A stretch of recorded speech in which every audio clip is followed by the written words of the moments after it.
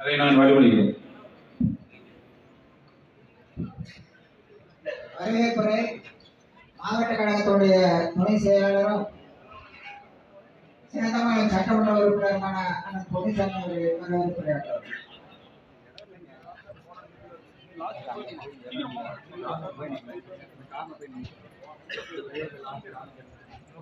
நடைபெற்றுக் கொண்டிருக்கிற பொது உறுப்பினருடைய கூட்டத்திற்கு தலைமை பொறுப்பேற்று நடத்தி கொண்டிருக்கிற மரியாதைக்குரிய மாவட்டத்தினுடைய அவைத்தலைவர் அண்ணன் மணிமாறன் அவர்களே, இந்த நிகழ்ச்சியிலே கலந்து கொண்டு பல்வேறு கருத்துக்களை எல்லாம் பொதுக்குழு கூட்டங்கள், பொது உறுப்பினர் கூட்டம் எவ்வாறு நடைபெற வேண்டும், எப்படியெல்லாம் நாம் செயல்பட வேண்டும் என்பதை பற்றியெல்லாம் மிகவும் தெளிவாக உங்களிடத்தில் கருத்துக்களை கூற வருகை புரிந்திருக்க நம்முடைய திராவிட முன்னேற்ற கழகத்தினுடைய மாவட்ட கழகத்தினுடைய செயலாளரும் மாநிலங்களவை உறுப்பினர் மாண்புமிகு ராஜேஷ் குமார் அவர்களே, இந்த நிகழ்ச்சியிலே கலந்து கொண்டு பல்வேறு கருத்துக்களை எல்லாம் கூறி உங்களிடத்திலிருந்து விடைபெற இருக்கிற நம்முடைய தமிழ்நாடு அரசுடைய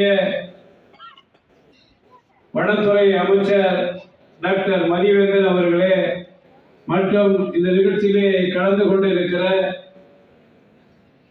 மாவட்ட கழகத்தினுடைய அனைத்து நிர்வாகிகளே, ஒன்றிய கழகத்தினுடைய அனைத்து நிர்வாகிகளே, பேரூர் கழகத்தினுடைய நிர்வாகிகளே, நகர கழக செயலாளர்களே மற்றும் தலைமை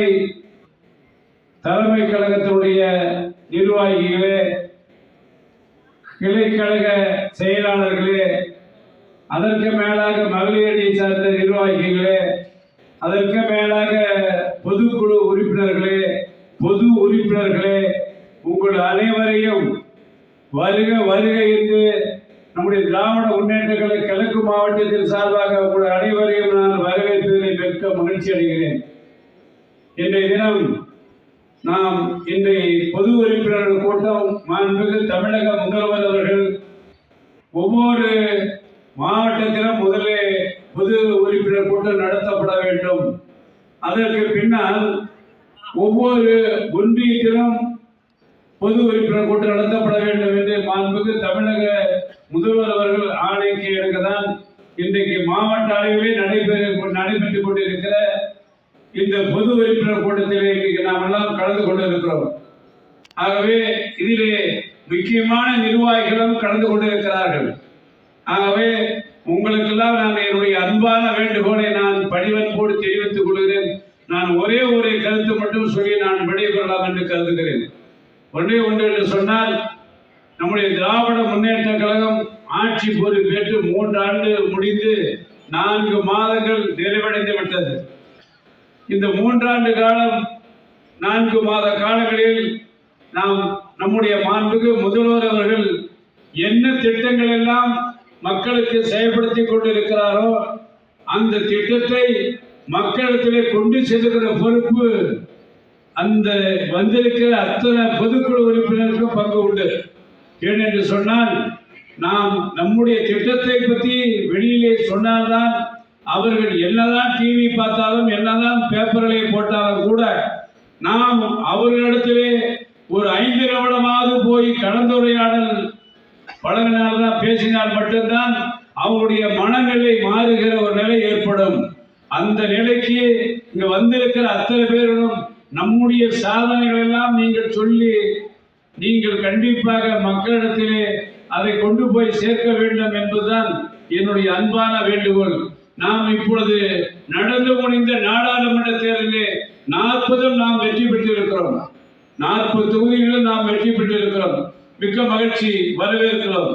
நம்முடைய மாண்புமிகு முதல்வர் அவர்களும் மகிழ்ச்சியோடு இருக்கிறார்கள். இருந்தாலும் நாம் எவ்வளவு மற்ற மாவட்டத்தை ஒப்பிட்டு பார்க்கிற பொழுது நம்முடைய மாவட்டத்திற்கு நம்முடைய மாவட்ட கழகத்தினுடைய செயலாளர் அவர்கள் பார்த்து ஒவ்வொரு திட்டத்தையும் கொண்டு வந்து கொண்டிருக்கிறார் என்பதை நான் இந்த நேரத்தில் நினைவூட்ட நான் கடமைப்பட்டிருக்கிறேன்.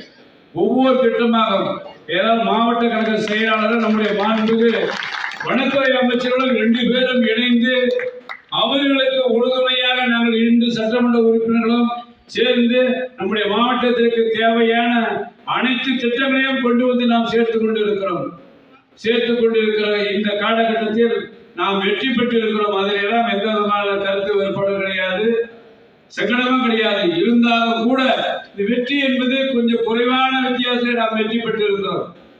ஆகவே அனைவரும் அவ்வளவு திட்டம் கொடுத்திருக்கார் நம்முடைய மாவட்ட செயலாளர்கள். நீண்ட நாள் கோரிக்கை, சாதாரணம் இல்ல.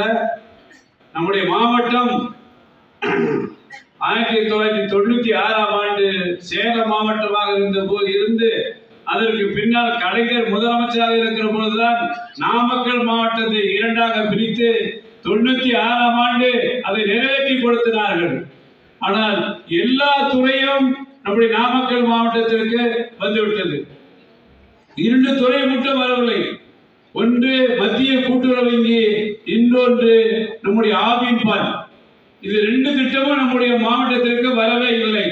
அதை நம்முடைய நீண்டகால கோரிக்கையை நம்முடைய மாண்புமிகு நம்முடைய வனத்துறை அமைச்சர் அவர்களும் நம்முடைய மாவட்ட கழக செயலாளரும் மாநிலங்களவை உறுப்பினர் மரியாதைக்குரிய ராஜேஷ்குமார் அவர்களும் சிறப்பாக அதற்கான ஏற்பாடுகள் எல்லாம் செய்து மத்திய கூட்டுறவு வங்கியை இன்றைக்கு பெற்றுக் கொடுத்திருக்கிறார் என்று சொன்னால் எவ்வளவு பெரிய விஷயம் என்று நீங்கள் நினைத்து பார்க்க வேண்டும். அதே போன்று நமக்கு ஆவின் நிறுவனம் சேலத்தில் தான் இயங்கிக் கொண்டிருந்தது. நம்முடைய பாலை 3 ரூபாய் லாபத்தை அவர்கள் எடுத்துக் கொள்வார்கள், சேலம் மாவட்டத்துக்கு எடுத்துக் கொள்வார்கள். ஆனால் அதிலே நமக்கு பங்கு இருக்கிறதா என்று சொன்னால் இல்லை. அந்த நிலையம் இன்றைக்கு நம்ம சேலத்தில் இருக்கிற ஆவின் பாலை நம்முடைய நாமக்கல் மாவட்டத்திற்கும் 2 பேர்கள் ஒன்றாக சேர்ந்து அதையும் நம்முடைய மாவட்ட கழக செயலாளர் அவர்கள் கொண்டு வந்திருக்கிறார்கள். அதோடு மட்டுமல்ல, நம்முடைய மாவட்ட கழக செயலாளர் நாமக்கல் பேருந்து புதிய நிலையம், அதே போன்று புறவழிச்சாலை, இப்படி பல்வேறு திட்டங்களை எல்லாம் நம்ம கொண்டு வந்து நமக்கு செயல்படுத்தி கொண்டிருக்கிறார்கள். ஆகவே நம்முடைய திட்டங்களை எல்லாம் மக்களுக்கு சொல்லியாக வேண்டும். ஏன்னா அப்பப்ப எல்லாம் மறக்கக்கூடியவர்களா நம்முடைய மக்கள் எல்லாம்.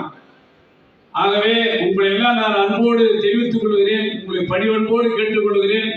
நம்முடைய மாண்புமிகு தமிழக முதல்வர் அவர்கள் அறிவித்திருக்கிற செயல்படுத்தி கொண்டிருக்கிற திட்டங்களை மக்களிடத்திலே நீங்கள் எடுத்து சொல்லியாக வேண்டும் என்பதுதான் என்னுடைய அன்பான வேண்டுகோள். உங்கள் அனைவரையும் நம்முடைய நாமக்கல் திராவிட முன்னேற்ற கழகத்தின் சார்பாக, மாவட்ட கழகத்தின் சார்பாக வருக வருக என்று வரவேற்று வாய்ப்புக்கு நன்றி கூறி விடைபெறுகிறேன். நன்றி, வணக்கம்.